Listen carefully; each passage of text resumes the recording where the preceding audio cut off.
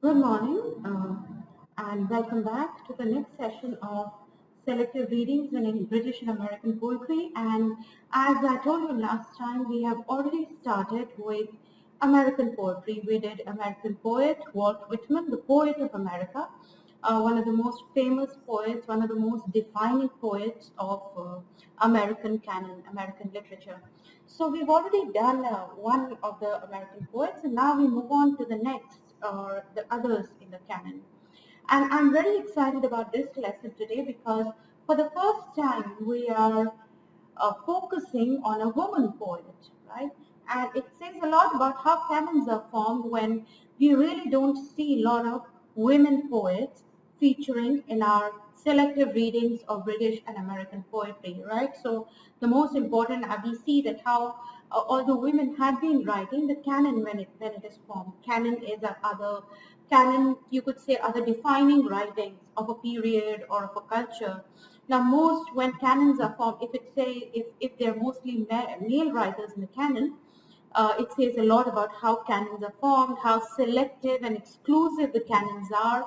And it's not as if women were not writing, but it's just that they did not make it to the traditional, to the high poetry, to the canon poetry, right? But I'm very excited about Emily Dickinson. Before going on with Emily Dickinson, even though there was some British poets, women poets, which we have not really done. If you go deeper, we are doing canon writings, right? That is why we tend to miss out on a lot of interesting writers which did not make it to the canon. We do not have really many women writers. We have not till now met any writers of color, which we would do later on. But for now, we have not really met any writers of color. We have not met any women writers. There were a couple of British writers, women writers, writing at the time and were quite popular. Elizabeth Barrett Browning. We have already studied one of her husband's poetry, right? Meeting at the night, parting at day. Robert Browning, right? So the wife was also a renowned poet, Elizabeth Barrett Browning, Dorothy Wordsworth. So there are quite a few women writers writing at the time, but somehow when the traditional canon is formed, it becomes exclusive. It ends up to be being gender specific, race specific, color specific, and so on.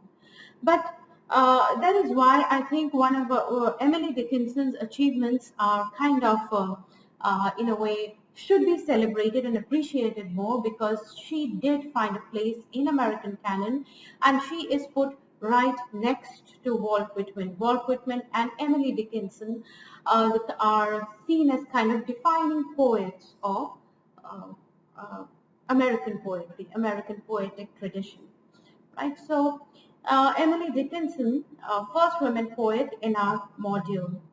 Uh, Born in 1830, passed away in 1886, and we are going to do two of her poems. I'm Nobody, Who Are You?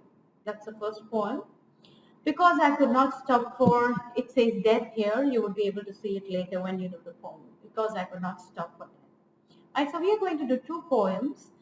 Later on, you are going to write critical analysis. Your next assignment that you have to submit 2 weeks later is a critical analysis, right? You have to submit a critical analysis, and you would get two poems written by Emily Dickinson. So you have to do those. Moving on, let's go over these. Let's get to know Emily Dickinson first, and then we go over her poems.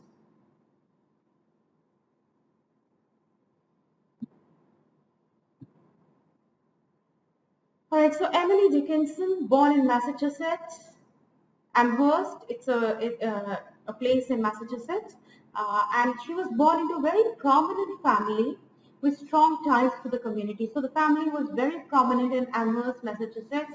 All the men in the family were lawyers, and they had political aspirations. So the family was quite well-to-do. The family was quite prominent in social, political, and cultural life of Massachusetts.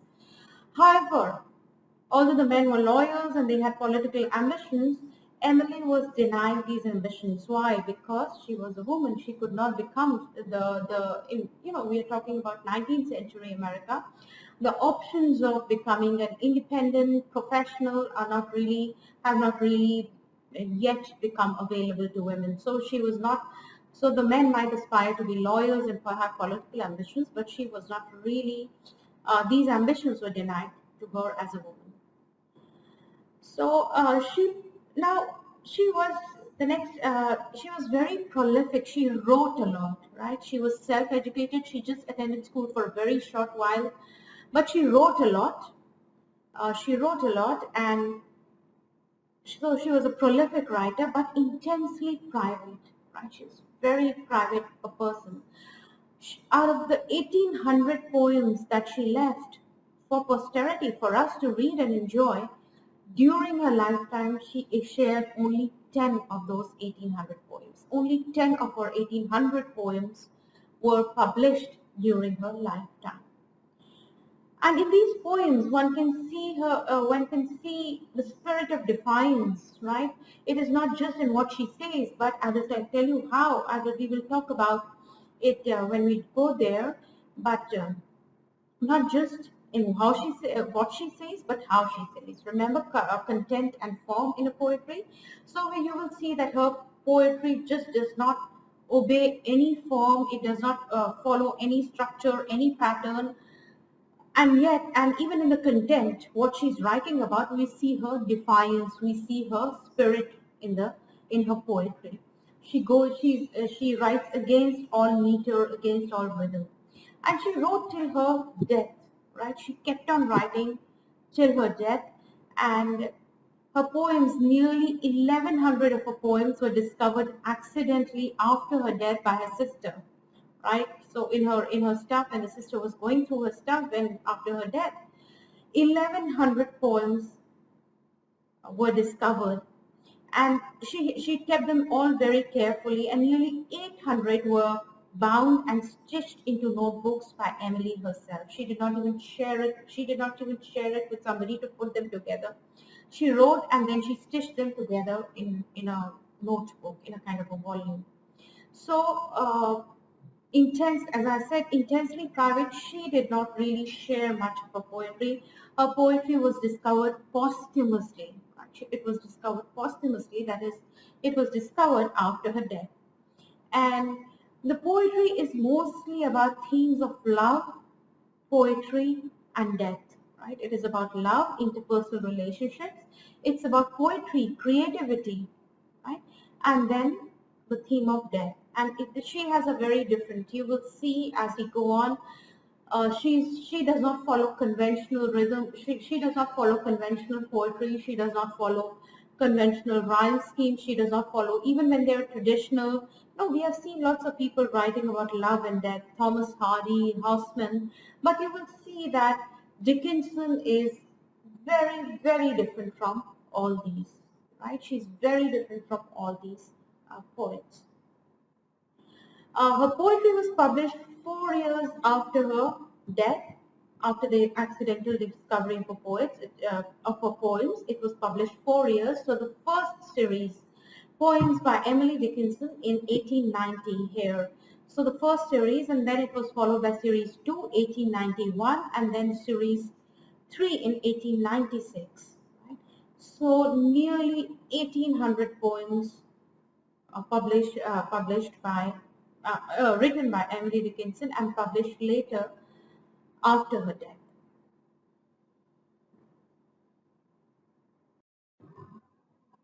All right, so let's see Emily Dickinson's, let's have a look at her poetry. As I said, 1800, we are just going to do 2 poems together now, and later on, perhaps you will undertake to, you will write a critical analysis of her poetry, and it would be, yeah, that would be 2 more poems. So out of 1800, we are just scratching the surface with 4 poems, right? But this is one of her interesting ones. And notice the title, I Am Nobody, Who Are You? I Am Nobody, Who Are You? A very conversational, a very chatty title. Now, very interesting thing about her poetry is that she never wrote titles. She never gave titles to her poetry, right? She never gave this title. This title here is actually just the first line. She just numbered her poetry, and this is 112, I think, of her, of the set of her poetry. It is her 112th poem. She never wrote any titles. So this is usually the titles of her poems are the first lines, and these are given again. These are given by later publishers. So she is influenced to a large extent by American English romantics and American transcendentalists. If you want to know, or if you don't remember who were the transcendentalists, you can go and have a look at Walt Whitman when I'm introducing and doing Walt Whitman's poetry. There we talk a little bit about transcendentalism. Now, what is common about English romantics and American transcendentalists? Again, not really following the pattern, the set structure of poetry, experimentation, focus on nature, and focus on everyday life, right? So, rhythms of everyday life. So, that is what, and you can see by the title itself, it's a very plain, simple English. It's a conversation. I'm nobody. Who are you?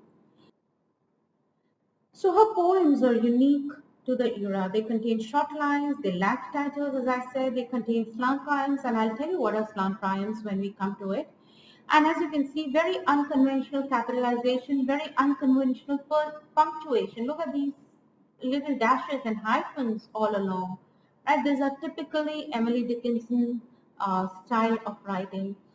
Um, it is just like a pause when we are talking. We pause, we go with verbal cues like so this is something like that, right? It's very conversational. It also shows, these little dashes also show the fluidity of thought. Sometimes the way we are thinking, writing does not is not exactly the same as our thoughts, right? Our thoughts are at times unstructured, they move, they are incomplete, they jump from one to next. So these hyphens show the unstructured nature of her thoughts. So in a way, she is kind of writing with, trying to put the thoughts in on paper literally, right? Literally, not even framing them in sentences, just writing them as they come. So let's read this poem. The first line. Okay, first let's read. I'm nobody. Who are you? Are you nobody too? Then there's a pair of us. Don't tell. They'd advertise, How dreary to be somebody. How public. Like a frog to tell one's name. The livelong June to an admiring bog. That's it. That's the poetry. That's the first poem. Let's go over it and let's try and understand what she's trying to say and what she's trying not to say in the poem. The first line has become, it's one of the most popular quotes. It's often quoted, I'm nobody, who are you? It's a very commonly cited, and you can see why is it cited that way. It is because it is so conversational. It is something that we would be talking to when you are talking to your friends, or you would use that kind of a language. I'm nobody, who are you? So according to her, being nobody is actually a decent thing to be private, to be selfless, with no need from recognition from the vulgar crowd. I don't need any recognition from vulgar crowd. That is what she seems to be saying. Now contrast being nobody, I'm nobody, who are you? Contrast being nobody with being somebody. We all want to be somebody. All want to be known, right? We all want to be recognized. But somebody is loud, somebody is repetitive, somebody is assertive. You are seeking recognition. You are trying to seek validity in the eyes of the others, right? So if there is a kind of egotism in that, we are somebody, I am somebody. So somebody is a loud, repetitive, egoistical thing who sits with others like-minded rearies, everyone, all of us sitting together, all of us like-minded in wanting to be somebody. We all crave recognition. We all crave people to acknowledge us, validate us. So we are all trying to be We are all a part of this crowd which seeks recognition. So there is a kind of a rough dialogue of self that is going on in this title, right? It is a dialogue that is trying to define itself. And how does it define itself? By saying, I'm nobody. It's so the central opposition in the play is being nobody and being somebody, right? Being the nobody and being somebody. Uh, I'm nobody. Who are you? Are you nobody too?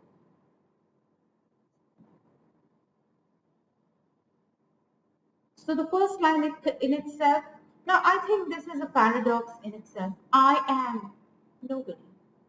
Even when she tries to define that I am nobody, she has to assert an I. I am nobody. So the first line contains the declaration. The speaker is broadly claiming that she is nobody, she is a non-entity, she is an inconsequential person. But that in itself is a paradox. To say I am nobody, you still have to acknowledge that I am something, and what is that something? Nobody. Right? So how can and of course, a nobody about whom a poem is written. How many of us have poems written on us? Nobody, right? So this is a nobody about whom an entire poem is written. This is a nobody who's writing a poem and declaring that I'm nobody and it's a nice thing to be nobody. So this exclamation mark, I'm nobody, is the speaker excited to be nobody? Or has she shocked herself by revealing that yes, it's true, she confesses it at last that she is, but she is nobody. But being nobody, according to her, is preferable to being somebody. And then she reaches out.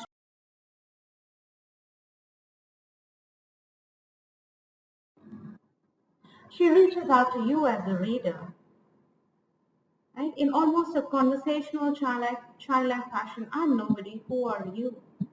And then, are you nobody too? It's kind of a secret. Oh, are you nobody too? A secretive, private relationship. I'm nobody. Who are you? Are you nobody too? It's a kind of tongue-in-cheek partnership, a secretive partnership, and it must be kept quiet. It must be kept a secret. Then there's a pair of us, so we are a pair, two pair of nobodies. Don't tell. Keep it a secret. Don't tell. They advertise, Who's they? Who's they here? People? If you tell everyone, everyone would advertise that they are nobody, and then they would not be able to be nobody. They would tell the whole world that these two are nobodies, and these two then would not be able to be, these two will not be nobodies anymore then. So it's kind of, I think it's a comical take on the world of fame and celebrity in a way. I'm nobody. I might be a poet. I might be writing, and I might be writing a poem about myself. But I am nobody. It's a comical take on this thirst of power, fame. We all seek recognition, and she's kind of dismissing that. What makes this poem powerful is the fact that it resonates with you resonates with modern audience. You would understand this cult of celebrity. I am the celebrity. The egotism that goes in, the public recognition, the public persona, and so on. Right? There's a pressure on all of us to be something. Even if we are not celebrities, we all seek recognition. There is a pressure on us to be something. But how does she think of somebody's, right? What we are seeking. How dreary to be somebody. Dreary. How boring is it to be somebody? How public. It is a public pressure. You would always be performing for others. You would always be living for others. So how public? And she does not really, remember, she's a very private person. She does not like to be in public. How public? Like a frog. Frog. Why a frog? Why does she compare somebody to a frog? What kind of a simile does it make? Now, what do you know about frogs? Right? What do you know about, or what do you think of frog when you think of, what image, what do you think when you think of a frog? Yes, the loud sound that a frog makes in the rainy season, in the mating season, the loud sound, that is the first thing. And then probably you see that green little animal. So frogs are kind of loud, they seek attention, they are repetitive, they the cry is the same. So frogs are loud, they seek attention, they try to, their action is boring, their action is vulgar, it's repetitive. So public, like a frog, to tell one's name, livelong June.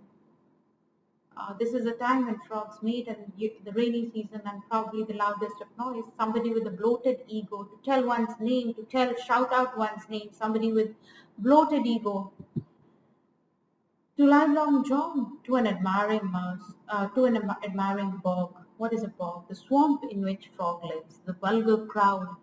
So how dreary it is to be somebody to keep on shouting one's name as if you're a frog, repeating yourself loudly, egoistical, seeking fame, seeking attention of whom? The admiring bog, admiring people, the swamp in which other frogs live.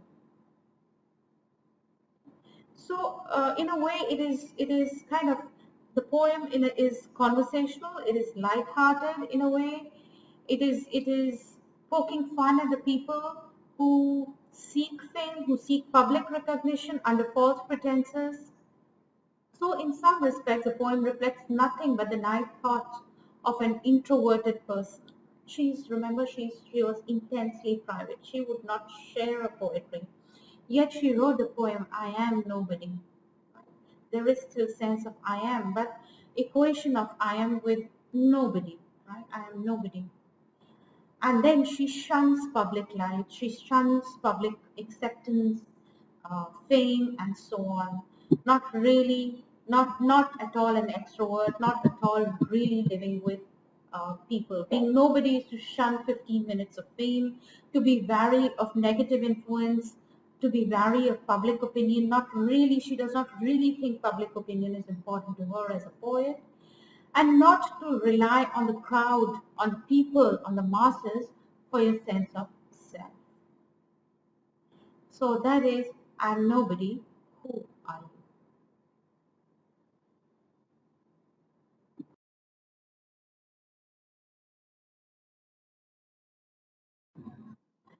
All right, so now we move on. I'm nobody. Who are you? Was quite a simple poem, quite short poem. A little more complex poem I have for you here, because I could not stop for death. The title comes from the first line, as I said, because in her lifetime she did not give any title to her poems. So her poems were drafted without titles. She just numbered them. It was only when they were published later on that the first line became the title. So this is a six stanza poem. This is a six stanza poem with full rhyme and slant rhyme. And whenever we come to slant rhyme, I will just show you. I'll just tell you what is slant rhyme.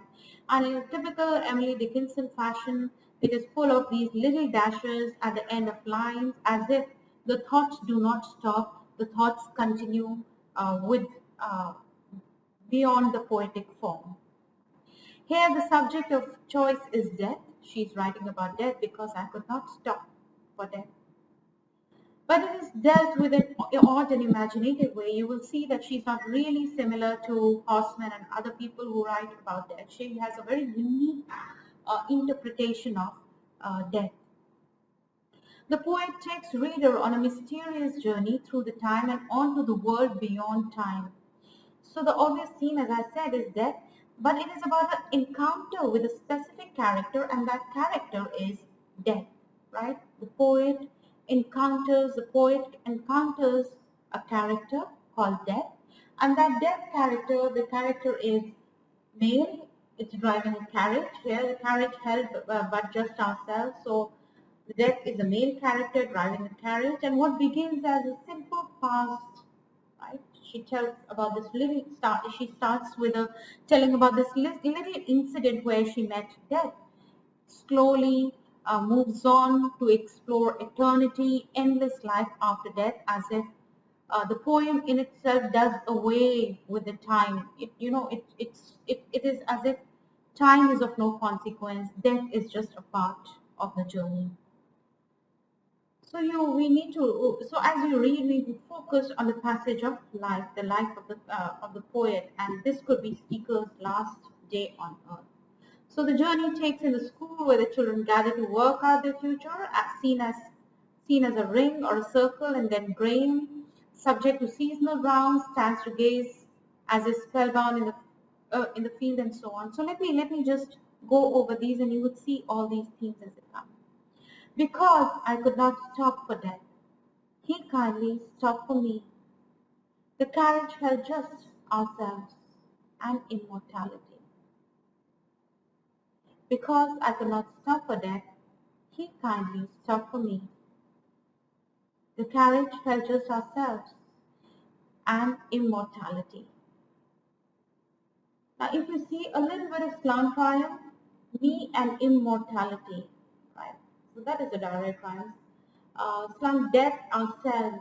So here, if you see carefully, death and ourselves, the sound of E is rhyming. So what does a slant rhyme mean? That certain sounds, it's not a perfect rhyme like bat, hat, mat, right? It's not a perfect rhyme like that. It is a slant rhyme, means that some sound might rhyme like bat and bed. So B and D are, B is rhyming, whereas the vowel and the T sound at the end has changed. So bat and bed, that is a slant rhyme, right? So death and ourselves, the E sound, right? That is a slant rhyme. We slowly drove, he knew no haste, and I had put away my labor and my leisure too, for his civility. So we slowly drove. So as I said, death is a person whom the poet meets, and they go in a carriage. He's driving a carriage. We slowly drove. He knew no haste. There was no hurry, and I put away my labor and my leisure too. I had put away my labor and my leisure too. Is it that she is dying, or is it that she is kind of already dead? So the labor of life, the leisure, the pleasures that we seek, the work that we do is all put away now, for his civility, for his civility, for his kind of what she to go on a ride with him. He's offered her a ride. Death has offered her a ride, and for sake of his civility, I put away my work and I put away my pleasures, my plans, and I go in the carriage with death. I think what strikes me here is this complete lack of urgency, complete lack of pain, complete lack of any kind of this whole thing that we associate with death as a loss, longing, and so on. For her, death is just you climb. It's so smooth. It is so calm. It is so serene. The death because I could not stop for death, he kindly stopped for me. The carriage held but just ourselves and immortality. So I'm going to ride to immortality with death. Just me and death riding to immortality. We slowly drove. He knew no haste, and I had put away my labor and my leisure too. These are the things that I did in my everyday life. I worked, and I had certain plans for pleasure and so on. So I put all that away for his civility, for the ride that he offered me. It was civil that I should put away everything and give him my whole time. So in a way, there's such calmness, such serenity as she accompanies death. We passed the school where children strove at recess in the ring. We passed the field of gazing grain. We passed the setting sun. Or rather, he passed us. The dews drew quivering and chill, for only Gossamer my gown, my tippet, and my tune.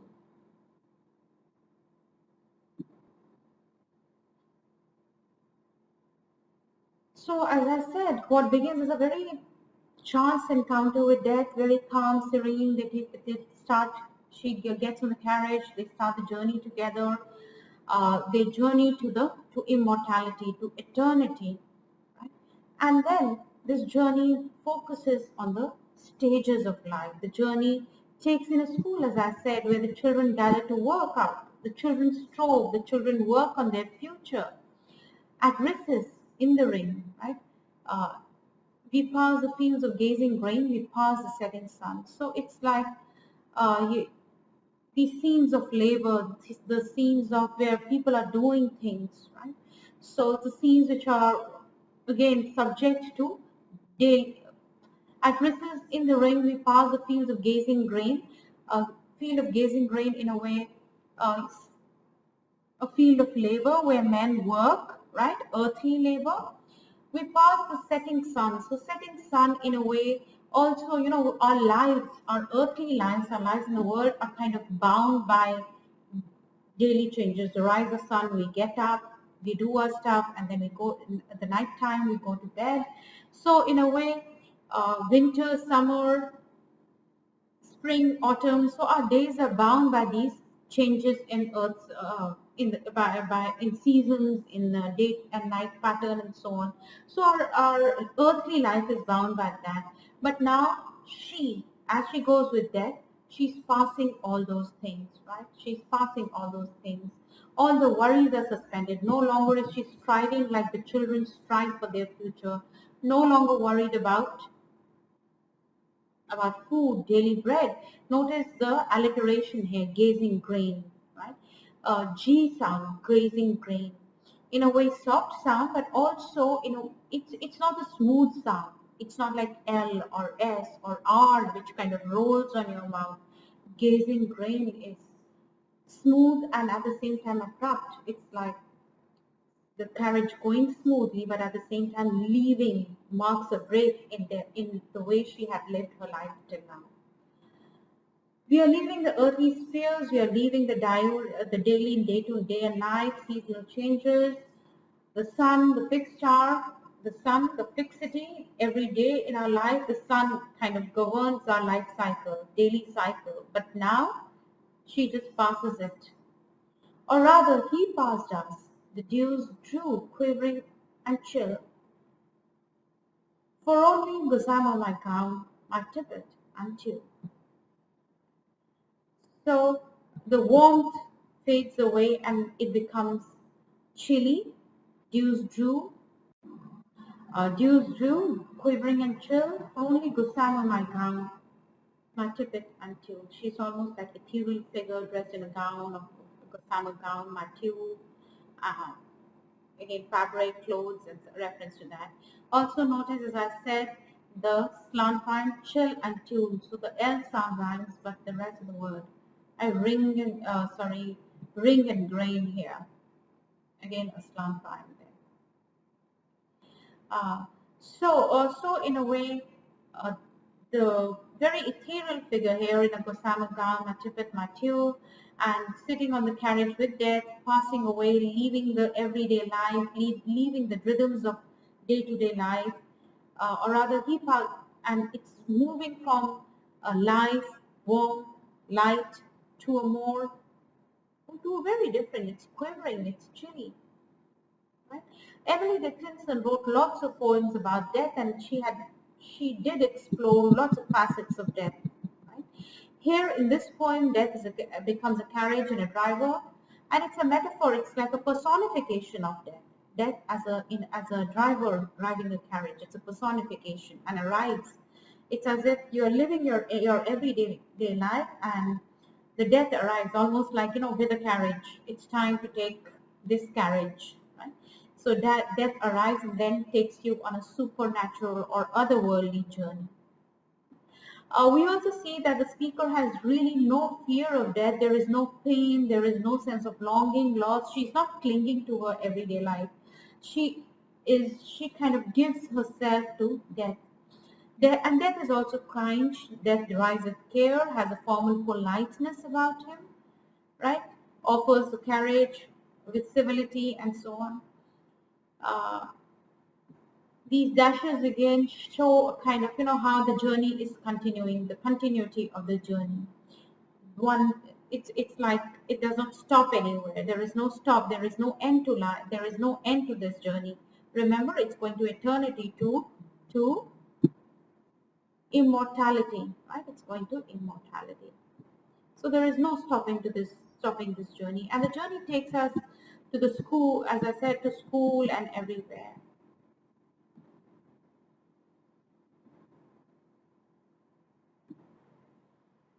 And the final two stanza. We paused before a house that seemed a swelling of the ground. The roof was scarcely visible, the cornice in the ground. The fifth stanza, the carriage. There is a fifth stanza. The carriage stops, and what must be a kind of a house that seems a swelling on the ground. It's just like a mound of earth. The the roof scarcely visible, the cornice in the ground. So roof is partially visible and the crowning point is in the ground. So it's like a cornice, the crowning point. It must be a strange sight. So it's as if the disaster has befallen, the building or whatever structure it was has been reduced to kind of raised to the ground. So it is just a swelling of swelling on the ground. The roof has been is scarcely visible. The cornice in the ground. The cornice is the top point, the crowning point, the top point of a house. But here the cornice is reduced in the ground. Since then, 'tis centuries, and yet feels shorter than the day. I first surmised the horses' heads were towards eternity.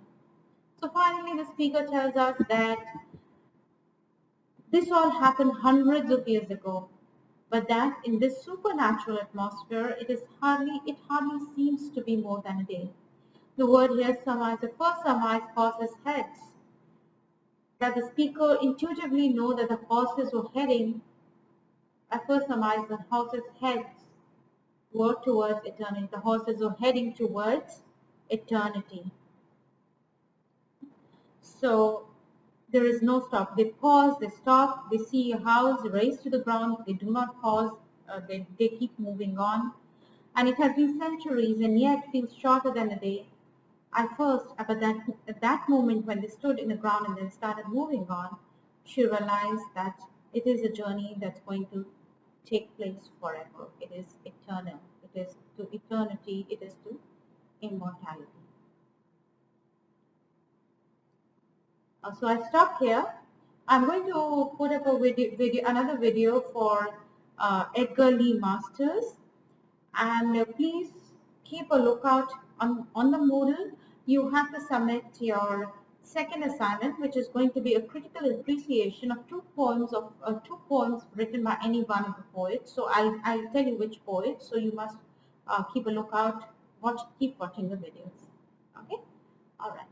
See you. Bye bye.